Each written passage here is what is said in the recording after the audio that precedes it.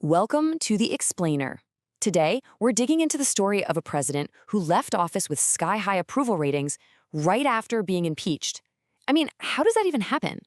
This is the story of the incredible peaks and the deep, deep valleys of America's 42nd president, Bill Clinton. He just burst onto the scene with so much optimism, and you can really feel it in this quote from his first inaugural address. He wasn't just talking about new policies, he was promising a complete renewal for the entire country. So this is the big question, right? How did this guy, the man from hope, end up as one of our most successful presidents, but also, at the same time, one of our most controversial? To figure that out, we've got to go back to where it all started. Now, Clinton's journey kicked off in Hope, Arkansas, but his political ideas were aimed at something way bigger. He wanted to reshape the entire Democratic Party for a whole new era. He called himself a New Democrat, and he was a leader of this movement to find what they called a third way. The whole idea was to pull the Democratic Party away from its traditional left-wing roots and move it closer to the political center. They really believed that was the only way to win back the White House after so many years of Republican presidents. And he spent more than a decade as governor of Arkansas putting this whole theory into practice. He did some big things, like totally overhauling the state's education system. But, his time in Arkansas wasn't just about policy. It's also where controversies like the Whitewater investigation first popped up. This whole thing was about a failed real estate deal that would end up sparking years of scrutiny. These were political storms that would follow him all the way to Washington. And this knack for bouncing back, it basically became his superpower. During the 1992 presidential campaign, he was hit with scandals that could have ended anyone else's career. But he fought back, and that's when he earned the nickname the Comeback Kid. It was that fighting spirit that really won him the presidency over the incumbent George H.W. Bush and the independent candidate Ross Perot. All right, so let's talk about the good times. Clinton's 2 terms in office really saw an incredible period of prosperity for the country, and he had some major legislative wins, both at home and around the world. Get this, $236 billion. With a B, that was the size of the federal budget surplus in the year 2000, the largest in American history at the time. I mean, what a turnaround from the massive deficits of the 80s and early 90s. And look, this wasn't just a good economy. We're talking about the longest period of peacetime economic expansion in American history. Unemployment was low, the stock market was soaring. It really fueled a decade of prosperity and, honestly, a lot of optimism. So his domestic policy, it was this really interesting balancing act. On one hand, you had classic liberal wins, like the Family and Medical Leave Act.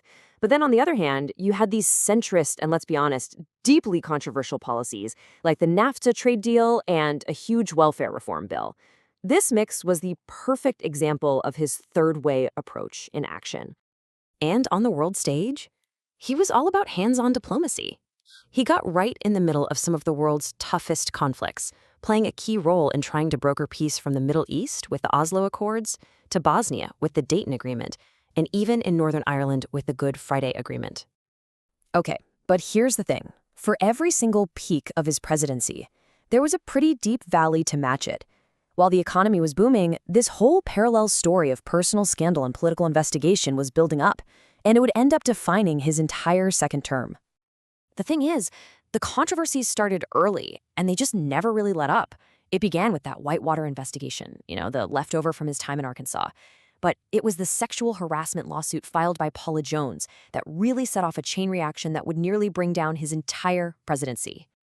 So during that Paula Jones investigation, Clinton was asked under oath about his relationship with a White House intern named Monica Lewinsky. His denial was, well, you've probably heard it. It was firm, it was public. But when evidence came out that proved he had lied, that denial became the legal basis for an impeachment charge, perjury. And that lie, that denial, is what led to the absolute ultimate political crisis of his career.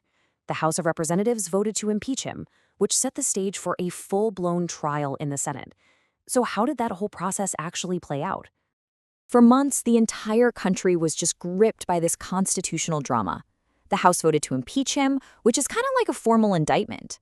That sent the whole case over to the Senate for a trial. And at that point, the question wasn't just about what he did, it was whether those actions were serious enough to actually remove a sitting president from office. And here's how it all shook out. You can see the final vote count right here.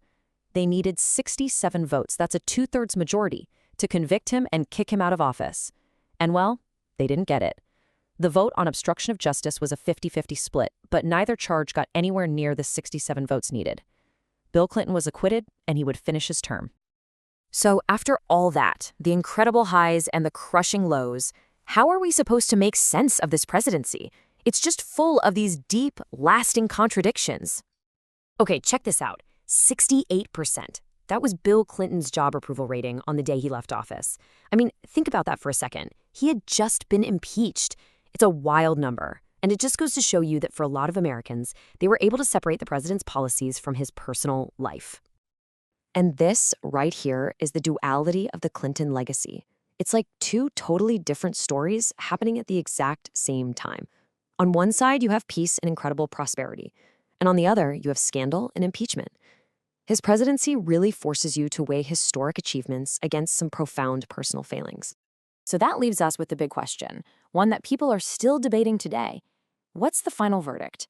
Was he a brilliant politician who led the country through an era of peace and prosperity, or was he a deeply flawed leader whose personal conduct stained the presidency?